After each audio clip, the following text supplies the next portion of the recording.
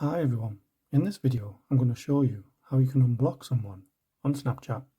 So if you find this video helpful, please give it a like and make sure you subscribe for more useful tutorials. So what you'll need to do is open up Snapchat, click on your profile icon on the top left, then you should see a settings icon on the top right, so you want to click on that. And all you need to do is just scroll down. Underneath account actions, you should see blocked users, so you want to select that. And obviously this will bring up a list of people you've blocked. And all you need to do is just click on the X next to their profile name. And it'll just ask you, are you sure you want to unblock this person?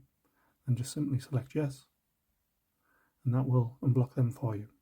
And obviously if you want to add them again, just come out of here. And you can click in the search option on the top right and obviously search for that profile as well. Thanks for watching.